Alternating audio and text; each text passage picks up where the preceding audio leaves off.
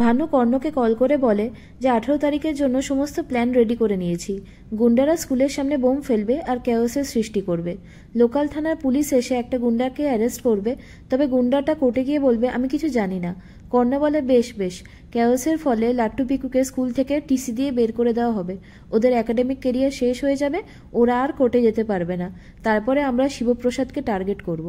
এরপরে কর্ণ টটিনিকে কল করে হুমকি দেয় আর বলে তোমার বীমা কোম্পানির এজেন্ট স্বামীকে বলো নিজের জন্য একটা জীবন বীমা করিয়ে রাখতে। যা বাড়াবাড়ি শুরু করেছে ও আর বেশি দিন বাঁচবে না, মেরে ফেলা হবে ওকে। টটিনি রেগে গিয়ে বলে যে মিস্টার কর্ণ চ্যাটার্জি, আপনার মতো ক্রিমিনালকে আমি খুব ভালো মতো চিনি। আপনাকে শেষ করে দেবো আমি, আর তার জন্য আমার কোনো পরশুরামকে লাগবে না, আমি একাই 100।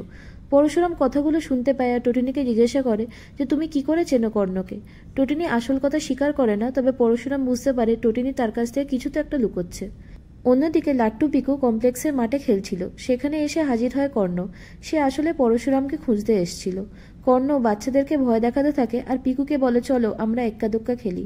পরশুরাম সেখানে আসে আর বলে যে আপনি কি শিং ভেঙে বাছুরের দলে ঢুকতে চাইছেন। কর্ণ শিবপ্রসাদ অর্থাৎ পরশুরামকে বলে যে তোমাদেরকে কে বাঁচাচ্ছে? ওই পরশুরাম, ওকে আমি সামনে পেলে শেষ করে দেব। পরশুরাম তাকে মহাভারতের কথা মনে করিয়ে দেয়, যেখানে পরশুরামের কাছে কর্ণকে পরাজয় স্বীকার করতে হয়েছিল। কর্ণ বলে তোমার কথাবার্তাগুলো কেমন একটা পরশুরামের সাথে মিলে যাচ্ছে। কিন্তু পরশুরাম সেই কথা অস্বীকার করে আর লাট্টু পিকুকে নিয়ে বাড়ির দিকে রওনা দেয়।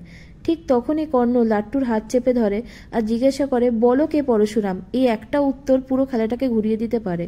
পরশুরাম কর্ণকে লাট্টুর হাত ছেড়ে দিতে বলে, কিন্তু কর্ণ তার হাত ছাড়ে না।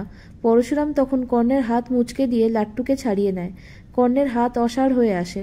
তবে পরশুরামের ক্ষমতা দেখে কর্ণ বুঝতে পারে যে ও কোনো সাধারণ বীমা কোম্পানির এজেন্ট নয়, আর এই পরীক্ষাটা করতেই তো কর্ণ এখানে এসেছিল।